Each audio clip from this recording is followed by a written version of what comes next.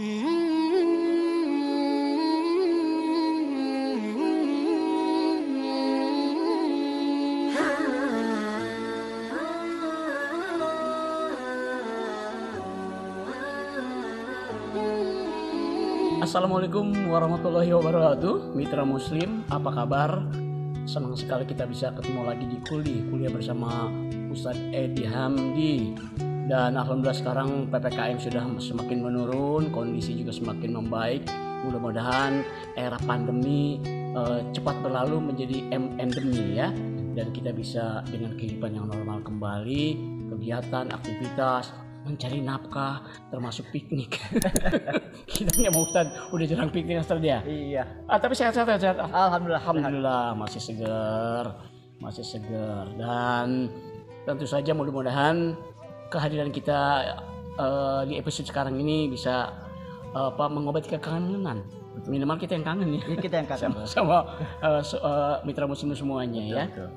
Baik, yang lalu kita terakhir membahas tentang era Nabi Musa waktu itu sampai Nabi Yusha bin Nun membawa Bani Israel ke Yerusalem. Udah nyampe ya? Udah nyampe. Cuma kan kita nggak tahu apa yang dilakukan oleh Yusha bin Nun selanjutnya. Kemudian setelah itu ada nabi apa saja di luar yang kita ketahui 25 nabi ya. Begitu ya? Walaupun bukan 25 nabi. Iya, maksudnya maksudnya nabi yang nggak ada di Quran gitu ya? iya, begitu maksudnya. Kan banyak ya, Ustaz ya. Iya, kan Ustaz yang tahu sama enggak? Iya. Enggak, kita mau ngetes aja gitu. Iya, ngetes ya. Saya pura-pura nggak tahu. Saya yang dipanggil Ustaz kalau tahu. Baik, Ustaz, silakan kita bercerita tentang era setelah Nabi Musa, kemudian juga ada nabi berikutnya. Siapa aja kira-kira? Baik. Ya. Terima kasih Mas Didin sudah berkolaborasi lagi. Wah, setelah berapa minggu? Sekian lama kita. Kata Bang Haji ya. Iya. Yusha bin Nun membawa Bani Israel yang 12 suku. Yang 12 suku itu ya. Jadi kalau kita kembali flashback ke belakang, Nabi Musa dan Harun meninggal di Mesir sana, Sinai. Sinai. Ketika di sana Bani Israel yang sampai 40 tahun itu di situ kan. Tahun, ya, betul. Akhirnya lahirlah generasi baru. Ya. Generasi lamanya sudah wafat nih. Jadi dibawa oleh Yusha bin Nun masuk ke Palestina atau ke Kanaan lah katakan itu, atau Baitul Maqdis. Perang dulu kan perang. Akhirnya bulan ditahan sama Nabi Musa. Oh iya kan, yang menjelang maghrib menjelang maghrib hari Jumat sore ditahan ya. Dan hanya Nabi Yusha lah yang bisa menahan matahari sehingga 1 jam saja ditahan supaya peperangan terus berlanjut tuntas dan dimenangkan oleh kelompok Bani Israel.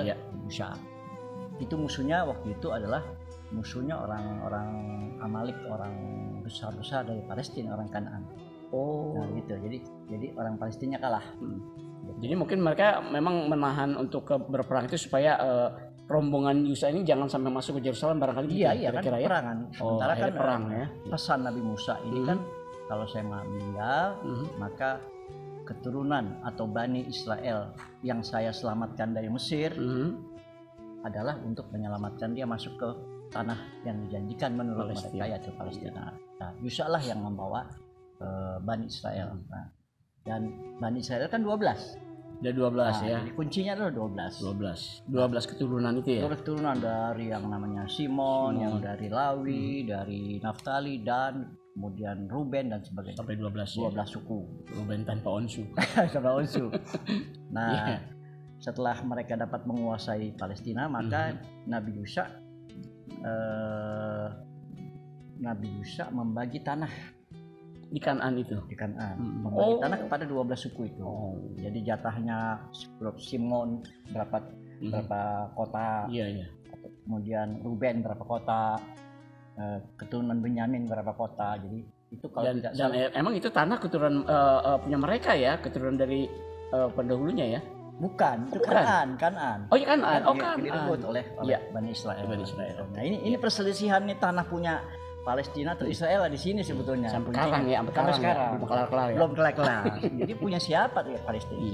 Jadi mitra muslim bisa menilai sendiri lah. Tapi ini cerita yang saya ambil dari beberapa kitab.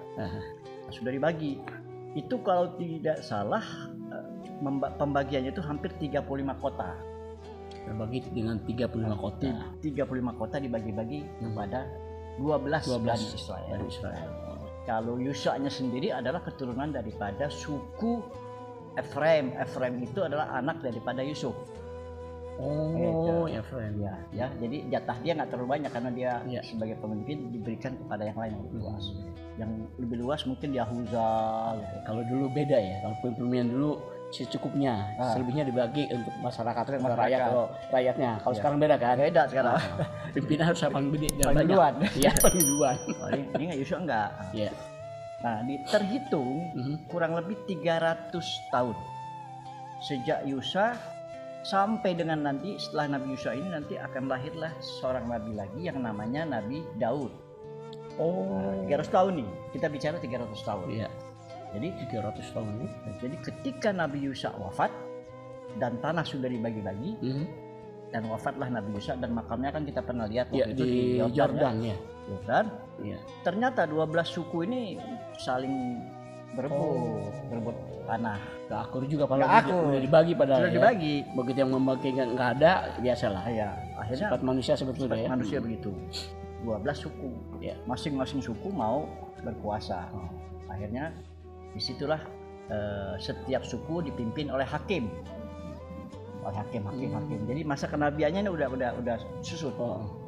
Tetapi dalam kondisi begitu banyak nabi-nabi lahir yang tidak ada dalam Al-Quran, yang diceritakan oleh Rasulullah atau beberapa ayat-ayat yang menyatakan bahwa peristiwa itu terjadi pada saat Nabi era nabinya siapa nabinya, gitu ya. Seperti Nabi Samson. Oh, dan Nabi Samson. Iya. Nabi Samson kan istrinya Dalilah. Iya, Samson and Dalilah. Oh, ternyata iya kan dari suku yang berbeda. Iya.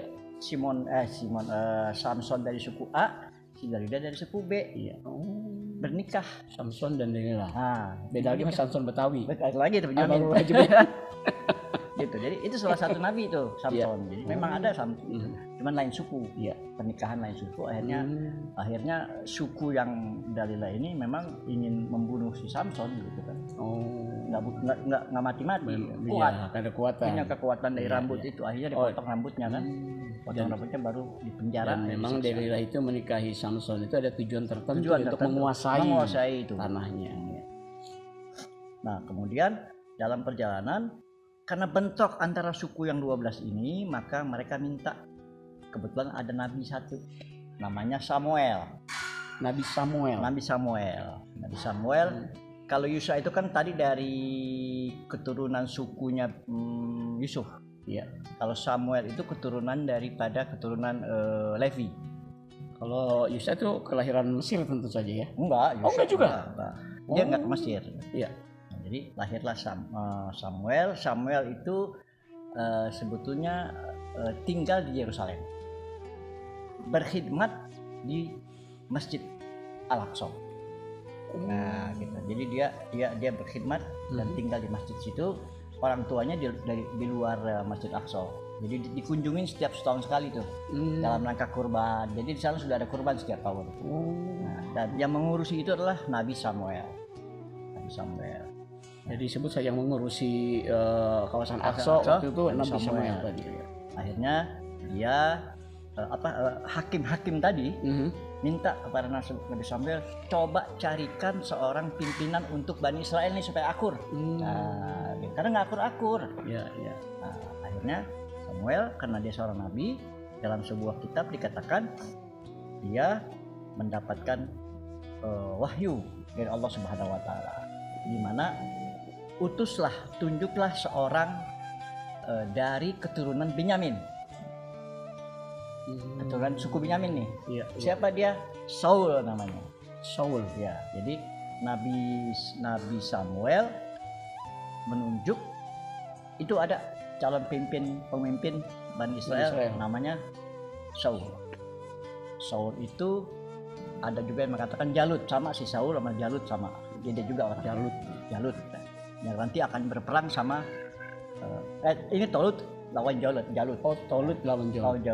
Goliat. Nah, Goliat itu Goliat. Nah, itu nanti akan berperang dengan Goliat. Nah, jadi Saul atau Tolut ditunjuk oleh Nabi Samuel. Ya. kaulah yang memimpin Bani Israel untuk berperang melawan, karena peperangan terus. Peperangan antara suku atau peperangan antara Bani Israel dengan Palestina. Gitu. Terus musuh buyutan nggak bisa habis. Akhirnya ditolak. Binyamin ditolak. Keturunan Binyamin ditolak. Bagaimana seorang nabi memilih yang namanya Saul atau namanya Tolut menjadi pimpinan, sedangkan dia adalah pengembala kambing. Kelebihan dia apa? Berontak lagi tuh, nggak bisa. Nggak bisa jadi pimpinan, harusnya dari Yahuda, harusnya dari Simon, dari Bani ini, suku dia salah suku. Dulu belum ada pemilu sih ya. Belum ada pemilu, jadi memang Nabi yang menentukan, karena Nabi Samuel punya wibawa yang penuh. Ya. Kita ingat bahwa peperangan Bani Israel melawan musuh itu pasti yang dibawa, ada sesuatu yang dibawa, yaitu tabut. Kalau dengar kalimat tabut, jadi setiap perang itu harus ada tabut, itu isinya peninggalan Nabi Musa dan Nabi Harun. Mayoritasnya Nabi Musa lah, baju Nabi Musa, tongkat Nabi Musa, lempengan 2 lempengan ada. Itu ada di dalam satu suduk, satu tempat. Itu dalam perang selalu dibawa. Seakan-akan jimat lah. Jadi dengan adanya itu tabut, dia semangat berperang. Nah, waktu berperang sama Palestina, hilang tuh tabutnya. Dicuri oleh Palestina. Kan kalah perang, Bani Israel kalah terus sama itu udah kalah ya? Udah kalah gitu. Karena kuat gitu. Iya. Nah, akhirnya kata Nabi Samuel atau kata hakim-hakim itu, kalau saja Nabi Samuel dapat mengembalikan tabut, berarti boleh si Saul itu jadi pimpinan. Nah, dalam Al-Quran juga dikatakan bahwa tabut itu dikembalikan oleh malaikat. Dikembalikan kepada Samuel, Nabi Samuel. Kembali. Maka percayalah, kalau gitu si Samuel benar nih. Maka diangkatlah si Saul menjadi pimpinan panglima perang Bani Israel. Bukan nabi, yang Samuel. Ya. Panglima perangnya Perang. Karena setelah ini kan terjadi pemimpin di Bani Israel ada 2, satu yang urusan dunia yaitu para nabi, urusan akhirat, urusan agama, menteri agama katakan itu adalah dipegang oleh para nabi-nabi. Itu keturunannya dari Lawi, yang Nabi Musa. Iya. Nah, tapi ada lagi yang Yahuza. Ini bagian perang nih, raja-raja nih. Nanti ada lahir dari Yahuza itu Daud, Nabi Daud, Nabi Sulaiman, itu keturunan dari Yahuza. Jadi ada dua bagian. Istilahnya satu yang ngurusin dunia, satu ngurusin agama. Ya. Jadi akhirnya tabut itu dikembalikan dan siap berperang. Musuhnya ketika itu adalah disebut Amalek, Palestina Amalek, yang tingginya itu 2,5 meter. Besar ya? Besar. Itu asli penduduk Palestina ya? Asli penduduk itu. Jadi kalau mau tahu, Palestina saat itu posisinya daerahnya di daerah Gaza sekarang. Oh, Gaza. Jadi sementara yang tadi siapa namanya? Samuel. Bukan, sebelumnya. Ya Allah lupa. Nabi Musa bin Nun. Mereka tuh tinggal di pegunungan. Sementara Palestina atau Amalek atau Jawa Barat tinggal di pantai Gaza ya. Jadi peperangan tuh antara gunung dan sama ibaratnya orang Jawa Barat perang lawan orang Banten gitu. Banten kan di pesisir. Orang Jakarta ya, Jakarta gitu. Teluk Jakarta. jadi peperangan terjadi gitu. Iya. Akhirnya Bani Israel kan kuat di gunung, pertahanannya juga kuat. Dan dia ngincer yang di bawah kan gampang. Gampang gitu. Jadi yang terjadi demikian. Ya. Akhirnya Nabi Samuel dapat wahyu lagi dari Allah, suruh uji Bani Israel yang akan berperang dengan Amalek atau Palestina itu yang jumlahnya ribuan, diperintahkan kalau mau berperang nanti kita akan melewati namanya Sungai Yordan. Oke? Sungai Yordan. Ada syarat-syaratnya ikut perang nih, kata Nabi Samuel. Pertama, kalau dia punya istri lagi hamil nggak boleh ikut. Kalau dia lagi ngebangun rumah, atapnya belum jadi, nggak boleh ikut. Kalau dia lagi berdagang, jangan ikut. Jadi ini peperangan khusyuk nih. Jadi peperangan. Jadi siapa aja yang ikut berperang? Banyak kan, Yang terbebas dari syarat yang tadi ya. Syarat tadi akhirnya terkumpullah kurang lebih 10.000 20.000. Akhirnya ada syarat yang ketiga, nanti kita akan melewati Sungai Yordan. Kita pasti capek. Tidak boleh meminum airnya lebih dari satu tegukan. Kalau lebih dari satu tegukan nggak boleh ikut. Akhirnya semua ribuan pasukan disebutnya rijal atau laki-laki peperang itu ternyata yang kuat imannya cuma 313. Sisanya pada minum aus. Berarti cuma ini pasukan yang dibawa 300 itu. 313. Seperti kata Rasulullah, peristiwa 313 seperti perang Badar. Berarti perang besar gitu ya. Jadi 313 dengan 313 sama nih. Perang Badar juga sama ya? Sama. Jadi perang Badar seperti juga mengikuti peristiwa kejadian itu. Perang sama Palestina itu. Jadi kan sejarah kan berulang ya. Jadi Rasulullah kam min fi'atin qalilatin, beberapa sedikitnya pasukan bisa mengalahkan pasukan yang besar di Badar. Ya. Kenapa? Seperti peristiwa Samuel itu. Sedikit tapi bisa mengalahkan ya. yang besar. Ini kira-kira peristiwa tentang sedikit Nabi Samuel. Ya, jadi selain Nabi Samuel ada juga beberapa nabi itu tadi kan Samson, kemudian lagi ada beberapa nabi Jad'un, banyak nabi-nabi yang lahir di saat itu. Dan antara nabi satu dengan yang nabi yang lain saling membunuh. Antara satu nabi dengan nabi itu bisa lahir pada satu yang sama. Jadi pada periode yang sama. Iya. Nanti kita bisa lihat Nabi Daud bersamaan dengan putranya Nabi Sulaiman. Oh iya. Dalam satu yang sama. Dan dua-duanya sangat terkenal ya. Kalau di Palestina dulu disebutnya King David ya. King Solomon. Sama juga Nabi Musa hidup dalam waktu yang sama dengan Nabi Harun. Ya, kakaknya ya. Ya. Nah ini juga begitu. Ada Nabi Samuel, ada Samson, ada Nabi macam-macam Nabi hidup dalam masa yang sama. Hanya dakwahnya itu di beberapa tempat. Iya. Apa namanya daerah masing-masing berbeda. Jadi pada saat nantinya yang dikenal itu Nabi Daud dan Nabi Sulaiman. Ya, termasuk kan 25 nabi ya. 25 nabi. Kita yakini ya. Itu mungkin Mas Didin ya, Nabi Samuel yang kita fokuskan. Jadi begini, ada nabi yang disebutkan dalam Al-Qur'an. Nabi dan Rasul 25 nabi yang kita bahas nih dari sejak Nabi Adam sampai dengan Nabi Insyaallah Nabi Muhammad SAW itu termaktub dalam Al-Quran. Ada nabi yang tidak termaktub tapi diceritakan oleh Rasulullah seperti nabi-nabi ini. Ya, tapi nabi-nabi ini semuanya masuk kategori Bani Israel. Keturunan dari Yakub, dari Ibrahim. Iya. Itu.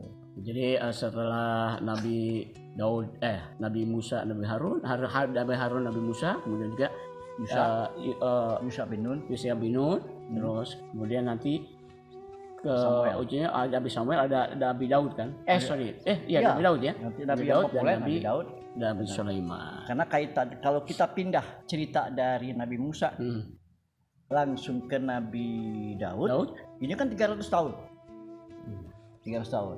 Nah, selang 300 tahun ini lahirlah nabi-nabi kecil gitu. Artinya saat itu dakwah tidak pernah ada kekosongan. Tetap ada. Untuk menegakkan tauhid. Iya. Salah satunya yang kita ceritakan hari ini ada Samuel dan mengangkat Saul.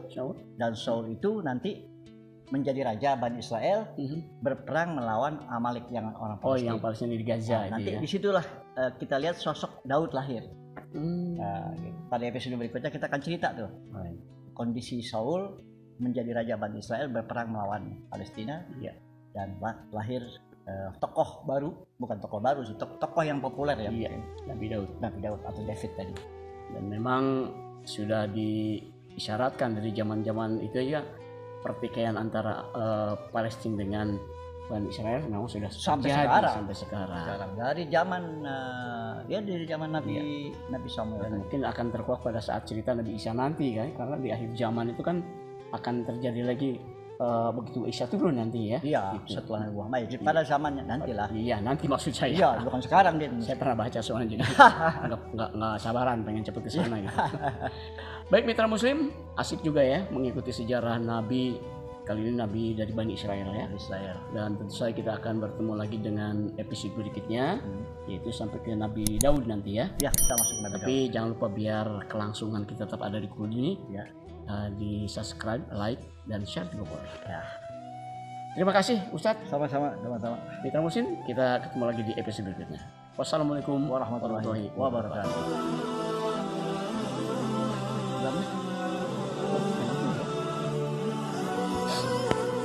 Assalamualaikum warahmatullahi wabarakatuh. Yang mau tahu tentang sejarah Islam, silahkan tonton di channel YouTube Uldi bersama Ustadz Hamdi. Oke, sekian dulu dari Komeng Sitara Mandi.